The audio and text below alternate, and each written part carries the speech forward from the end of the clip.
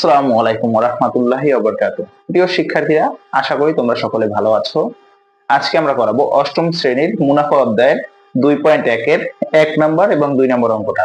তোমাদের 1 নম্বরে বলা হয়েছে একটি পণ্য দ্রব্য বিক্রয় করে পাইকারি বিক্রেতার 20% এবং খুচরা বিক্রেতার 20% লাভ হয়। যদি দ্রব্যটির খুচরা বিক্রয় মূল্য 576 টাকা হয়, তবে পাইকারি বিক্রেতার ক্রয় মূল্য কত? তো আমাদের এখানে চেয়েছে পাইকারি বিক্রেতার ক্রয় মূল্য। সো পাইকারি বিক্রেতার ক্রয় মূল্য আমাদের বের করতে গেলে প্রথমে জানতে হবে যে সে পণ্যটা কত টাকায় বিক্রি করছে, আর সেটা জানার জন্য আমাদের আগে খুচরা বিক্রেতার কত টাকা, মানে খুচরা বিক্রেতার যে ক্রয় মূল্যটা সেটা আমাদের নির্ণয় করে নিতে হবে।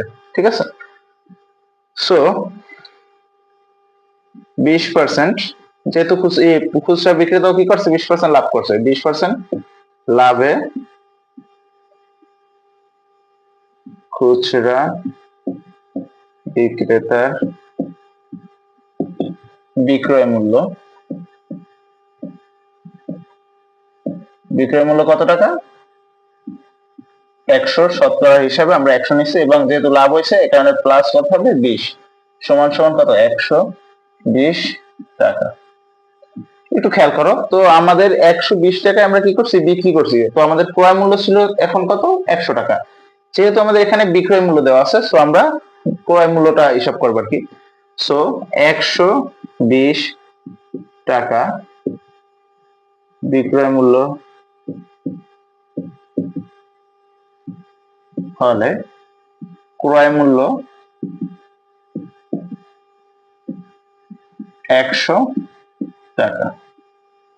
সুতরাং 1 টাকা বিক্রয় মূল্য হলে ক্রয় মূল্য হবে কত? অবশ্যই কম হবে। তো 100 ভাগ কত? 120 টাকা।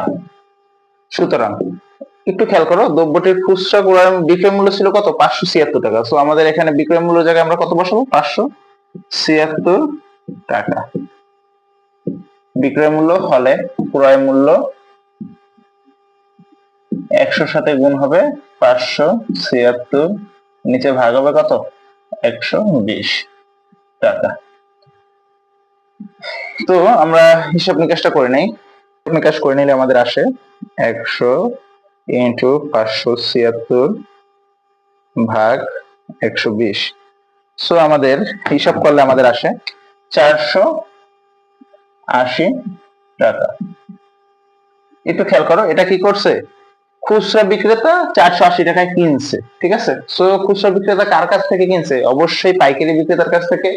সো আমরা লিখতে পারি কি, সুতরাং খুচরা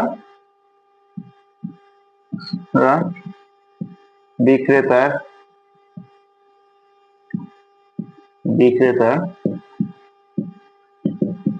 ক্রয় মূল্য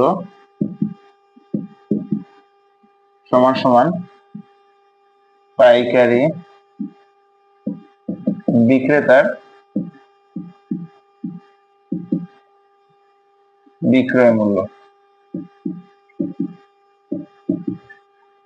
একটু খেয়াল করো, সো আমরা একইভাবে আবার লিখতে পারি কি, তাই এইটুকু তোমরা উঠিয়ে নাও, তারপর আমরা আবার পরের পৃষ্ঠা করে দিচ্ছি। এই পর্যন্ত তোমরা উঠাও অথবা স্ক্রিনশট দিয়ে নাও। তো আমরা আবার জাস্ট আমাকে এইটুকু পরিবর্তন হবে, বাদ বাকি সবই প্রায় একই থাকবে। তো এখানে 20% লাভে কি করছে? পাইকারি বিক্রেতার বিক্রয় মূল্য 100 যোগ 120 ইকুয়াল টু 120 টাকা হবে। আবার 120 টাকার বিক্রয় মূল্য হলে ক্রয় মূল্য কত? 100 টাকা। তো 1 টাকা বিক্রয় মূল্য হলো কত? এবং আমরা পেয়েছিলাম কত? 480 টাকা। সো 480 টাকা যদি আমাদের বিক্রয় মূল্য হয়, তো ক্রয় মূল্য কত হবে সেটা হিসাব করতে হবে, 480 টাকা। তো এটা আমরা হিসাব নিকাশ করে বের করে নেই। তো আসে আমাদের কত? 400 টাকা। সুতরাং আমরা বলতে পারি কি, খুচরা পাইকারি বিক্রেতার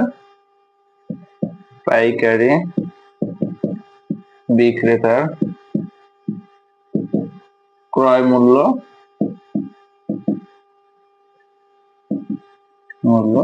400 টাকা।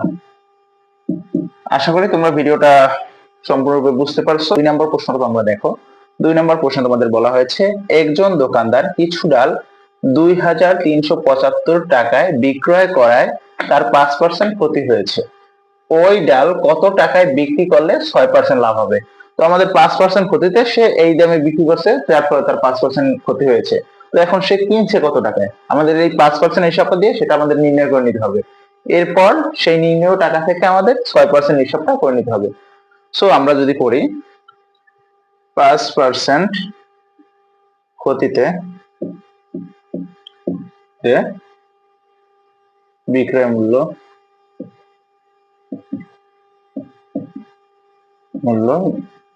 আমাদের পার্সেন্টেজের হিসাব করলেই আমাদের 100 আনতে হবে, এবং যেহেতু ক্ষতি হয়েছে তার মানে কমছে, কয় টাকা কমবে? 5 টাকা। 5% যেহেতু সমান সমান কত? 95 টাকা।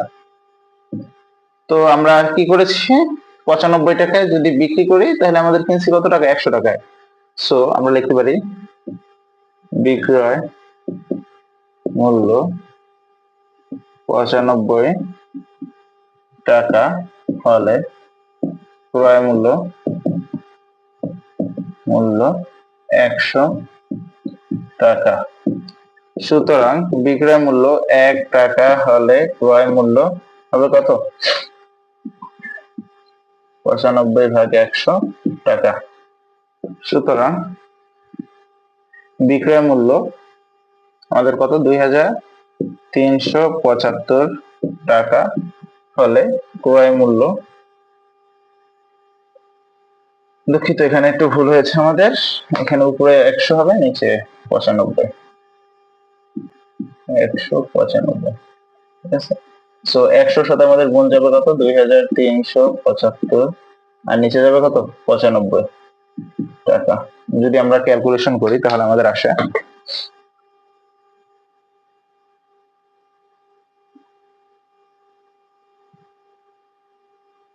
2500 টাকা। 2500 টাকা। সো 5% ক্ষতিতে আমাদের ক্রয় মূল্য ছিল কত? 25 টাকা। সো আমাদের এখন আবার 6% লাভ করতে হবে। সো লিখতে হবে 6% লাভ হলে বিক্রয় মূল্য কত টাকা হবে?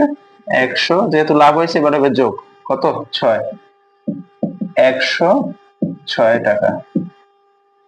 যেহেতু আমরা এবার আমাদের ক্রয় মূল্যটা জানি, সো আমাদের বিক্রয় মূল্যটা নির্ণয় করতে হবে যে কত টাকা আমরা যদি বিক্রি করি 6% লাভ হবে। সো 100, ক্রয় মূল্য 100 টাকা, ক্রয় মূল্য 100 টাকা হলে বিক্রয় মূল্য কত? 106 টাকা। সুতরাং ক্রয় মূল্য 1 টাকা হলে বিক্রয় মূল্য 106/100 টাকা। সুতরাং আমাদের ক্রয় মূল্য কত ছিল? 2500 টাকা। 2500 টাকা হলে বিক্রয় মূল্য 106 গুণ 2500 ভাগ কত? 100 টাকা। তো আমরা যদি হিসাবটা করে নেই,